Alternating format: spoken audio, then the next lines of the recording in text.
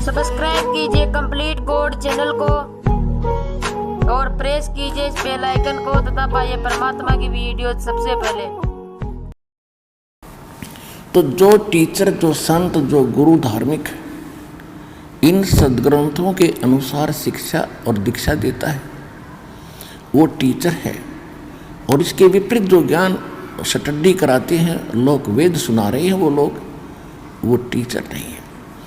तो आप विद्यार्थी हैं और इस विद्या काल के अंदर आप यदि डीजे पर नाचोगे, गुटी सूटी ला कर बकवाद गढ़ोगे, या आप इस माया के जोड़न में ही दिन रात लगे रहोगे, तो आप अच्छे विद्यार्थी नहीं हो। आप जी ने यहाँ पर विद्यार्थी की तरह रहना पड़ेगा। जैसे विद्यार्थी स्कूल में जाता है, उसको जहाँ भी बैठने का स्थान मिल जाता है, चाहे वो किसी भी उच्च अधिकारी या सेठ का बच्चा हो, वह अपने भाई बहनों के साथ बिल्कुल एक आम भगत, आम स्टूडेंट की तरह ही रहता है। इसी प्रकार आप जी ने अपना भाव जब आप सत्संग में आते हो एक बालक जैसा बनाना होगा। चाहे आप कितने उच्च अधिकारी हैं, चाहे कितने आप धनी हैं या निर्धन कितने ही हैं, आप जी यहाँ आते हो तो अपने उस सब अहम को भूल जाना, क्योंकि आप एक भक्त हो। और भक्त में जो लक्षण होने चाहिए वो हमारे शास्त्र के, हमारे आश्रम के नियमों के अनुसार ही चलना चाहिए। तो विद्यार्थी अच्छा है, वो भक्त है। जैसे परमात्मा कहते संत मिलन को चालियो तज माया अभिमान, जो जो कदम आगे रखे ओ हे यज्ञ समान। हमारे को अध्यात्म मार्ग में उभारने के लिए, हमारे को धनी बनाने के लिए, अच्छा विद्यार्थी बनाने के लिए परमात्मा किस किस प्रकार के उदाहरण हमारे को दे रहे हैं कि जिस समय आप सत्संग की तरफ चलो, संत की तरफ चलो, उसमें आपको ना अपने पद का गर्व हो, ना अपने धन का हो, ना जाति का हो। आप ऐसे आए जैसे एक भयंकर रोग पीड़ित व्यक्ति जिस समय वो हॉस्पिटल की तरफ चलता है और वहाँ के लोकल डॉक्टर उसको जवाब दे देते हैं कि आपकी बीमारी हमारे समझ से बाहर है, आप पीजीआई के अंदर या एमएस के अंदर चेक कराइए। तो चाहे वो कितना बड़ा अधिकारी है, चाहे कितनी बड़ी उसकी पोस्ट है, कितना उसका धन है, उस समय उसको अपनी औकात का पता होता है कि अब तेरे साथ क्या बन सकता है। फिर वो हॉस्पिटल की तरफ जाता है तो उसको पता होता है कि अब तू शायद कुछ दिनों का ही मेहमान है। उस समय उसके पास चाहे वो कितना अच्छा बड़ा अधिकारी हो, कितना ही पद प्राप्त हो, वो पद और अपना धनाढ्य नहीं देखता, अपना जीवन देखता है। जहाँ भी डॉक्टर कहते हैं वहीं बैठ जाता है। कपड़े उतारो जी, तुरंत उतार देता है। यहाँ लेट जाओ जी, लेट जाता है। जाओ ये चेक करा के आओ, उठा कर पर्ची चल पड़ता है। तो इसी प्रकार आप जी जब यहाँ आते हो, आप एक भयंकर रोग से ग्रस्त हैं। वो रोग कौन सा है? जन्म और मरण का। जन्म और मृत्यु का जो दीर्घ रोग है, ये आप सभी प्राणियों को लगा हुआ है। और वो एकमात्र एमएस हॉस्पिटल इस विश्व के अंदर सतलोक आश्रम बरवाला, जिला हिसार, हरियाणा के अंदर है। और यहाँ वो रोग आपका कट सकता है। तो आप उस और यहाँ आकर भी आपके अंदर नखरे रहेंगे, किसी प्रकार का अहम बकवाद रहेगी, तो फिर आप जीवन रक्षा नहीं कर पाओगे, अर्थात उस दीर्घ रोग के नाश होने से वंचित रह जाओगे। फिर यहाँ आना और ना आना आपका व्यर्थ है। तो परमात्मा कहते संत मिलन को चालियो भाई तज माया अभिमान, जो जो कदम आगे रखे है ओ हे यज्ञ समान। तो इस भाव से, अधीन भाव से, विनम्र होकर के एक दास बन के देखो, परमात्मा ने स्वयं अपने आप को कबीर दास कहा। क्यों कहा?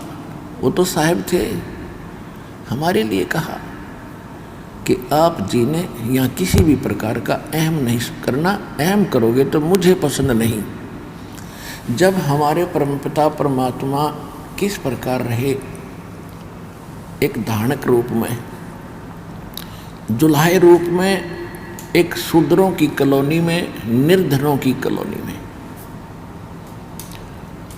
उसका कारण क्या है कि निर्धन और जो शूद्र कहलाते हैं उनमें एक विशेषता होती है, आधीनी होती है, क्योंकि वो हर तरह से किसी न किसी वस्तु के भूखे रहते हैं और जहाँ आवश्यकता पूरी नहीं होती वहाँ अधीन होना एक स्वाभाविक गुण बन जाता है।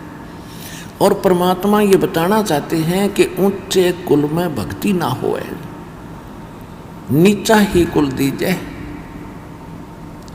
और तपिया ने तो जब तप की ना वो लोटिया नाल पतीजे। ऊंचे कुल में दुर्योधन रावण और नीचे कुल में गणका। गणका माने एक वैश्या थी जिसको भगवान ने पार किया उसकी बुराई छुटा के। ऊंचे कुल में दुर्योधन रावण, नीचे कुल में गणका। और गणका भिलनी जब पार उतरगी तो गर्व करियो ना धन का। परमात्मा कहते हैं कि ऊंचे कुल में भक्ति ना होए। जो आज ये मंत्री, मुख्यमंत्री, प्रधानमंत्री, IAS, IPS, जज, वकील बने बैठे हैं, जो इस ज्ञान को सुनना भी पसंद नहीं करते, क्योंकि इन नकली गुरुओं ने इस संत मत में एक हेट, एक नफरत पैदा कर दी और सबके मन में एक धारणा बैठ गई है कि सब ये लुटेरे हैं, इन्होंने अपना धंधा खोल रखा है। तो पुण्यात्माओं, ये स्वाभाविक है। काल ये चाहता है कि इनको इतना कंडम कर दूं कि भक्ति से नफरत हो। और किसी का दोष नहीं मानता दास। जैसे आप कोई वस्तु खरीदने बाजार जाते हो और बाजार के अंदर आप 9 नकली दुकानों पर ठगे जा चुके हो, जिसमें आप कोई कहेगा कि वो दुकान पर ओरिजिनल वस्तु मिलती है, आपका कतई विश्वास नहीं हो। तो आज काल ने ऐसी स्थिति कर दी है, नकली संत बेच के ये अनेकों दुकान खुला रखी है। और ये सतलोक आश्रम बरवाला के अंदर वो ओरिजिनल दुकान है उस परमपिता के सौदा करने की। अब इस पर विश्वास होना थोड़ा बहुत समय लगेगा, लेकिन होगा। सच्चाई तो सच्चाई है, कुछ दिन के बाद हृदय में बैठ जाएगी और सबको विश्वास होगा। ये मानना पड़ेगा कि सब संत एक जैसे नहीं होते।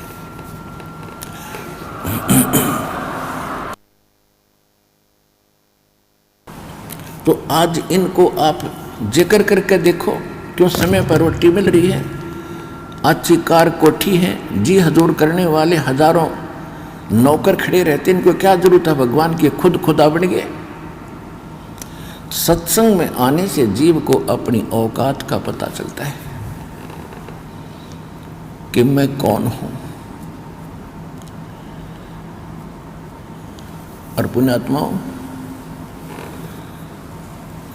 जैसे एक प्रधानमंत्री और वो मृत्यु शैया पर अपना टाइम पास कर रहा है, भुगत रहा है किसी भी देश या राष्ट्र का, और पहले वो प्रधानमंत्री था, आज क्या है और आगे क्या होगा। कहते हैं संसा शोक सराय में ये सूतक दिन राती, और जीवित जग में जूते पड़े फिर जम तोड़ा छाती। यही बिरान माटी हो लेगी इनकी और आगे यम के दूत इनकी देह तोड़ेंगे।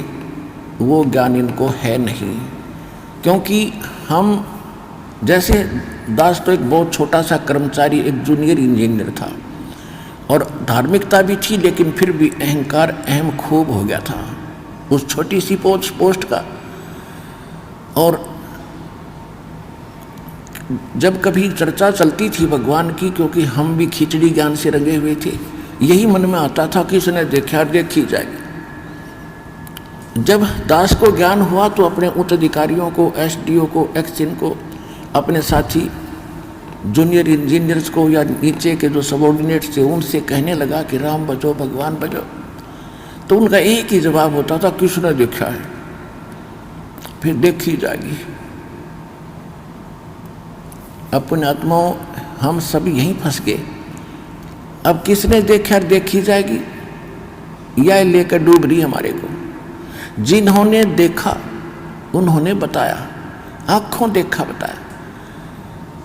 और जो जैसे कोई अंधा जा रहा है जंगल में, वन में, और आगे एक भयंकर जानवर रहते हैं उस वन के अंदर, शेर, चीते और अन्य बहुत से भेड़िए, ये तो वहाँ के हैं ही, उनका तो घर है। और उस अंधे को कोई आँखों वाला ये कहता, सूरदास आप गलत रास्ते जा रहे हो, इधर मत जाओ, आगे बड़ा भयंकर बियाबान है और भयंकर जानवर तुझे मार डालेंगे, खा जाएंगे, तेरा बुरा हाल हो जाएगा। और वो अंधा यूँ कहे कि किसने देखा देखी जाएगी।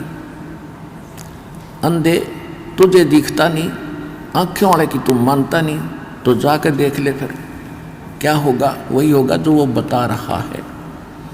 तो ये जितने संत महापुरुष दास जिनके नाम, शुभ नाम बार बार आपको याद दिलाता है, उन्होंने भगवान को देखा और हमें बताया। आदरणीय धर्मदास साहिब जी, आदरणीय मुल्कदास साहिब जी, आदरणीय नानक साहिब जी, आदरणीय दादू साहिब जी, आदरणीय गरीबदास साहिब जी, गांव छुरानी, जिला झज्जर, हरियाणा वाले, आदरणीय गीसा दास साहिब जी, आदरणीय स्वामी रामानंद जी महाराज, इन महापुरुषों ने भगवान को देखा। और वो स्थान देखा जहाँ जीव की दुर्गति होती है, जहाँ उल्टे लटकाए जाते हैं, नरक के अंदर बड़े बड़े कुंभ, बड़े बड़े कुंड भरे हैं, जिनको इन हाहाकार मची है। उन्होंने आकर बताया है। गरीबदास जी कहते, तुमने उस दरगाह का मैल नहीं देखा और धर्मराज के तिल तिल का लेखा। गरीबदास जी कहते, हम देखा सो साच है और सकल प्रपंच, हम जो देख कर आए हमने आकर तुम्हें बताया ये सत्य है। और जो बकवास कर रहे हैं कि धरती पर स्वर्ग है, धरती पर नरक है, यहीं दुख है, यहीं सुख है, ये सब बकवाद है, ये प्रपंच है। तो ऐसे ही जैसे किसी को आप कहोगे अच्छा समय पर टोक मिल रहा है, अच्छी नौकरी है, बिजनेस है, तो उसका एक ही जवाब होगा, फिर देखेंगे या फिर देखी जाएगी। अब फिर क्या देखेगा, जब गधा पढ़ने के बाद फिर तो कुम्हार देखेगा। आपने तो अब देखना समय रहते, छोड़ बुराई कर भक्ति और सुधर लग भगवान के मार्ग पे। फिर क्या देखा जब गधा बन जाएगा। ये परमात्मा ने बताया, परमात्मा जिन्होंने देखा उन महापुरुषों ने बताया कि फिर पीछे तू पशुआ की जय गद्धा बैल बनाई, ये 56 भोग कहाँ मन भोरे, कहीं कुरडे चरने जाई। सुखदेव ने 84 भुगती बना पजावे खरवो, और तेरी क्या बुनियाद प्राणी तू पंडा पंथ पकड़वो। मर्द गर्द में मिल गए वो रावण से रणधीर, कंस के सी चाणोर से वो हरना कुश बलबीर। तेरी क्या बुनियाद है तू जीव जन्म धर लेत, गरीबदास हरि नाम बिना तेरा खाली रह जा खेत।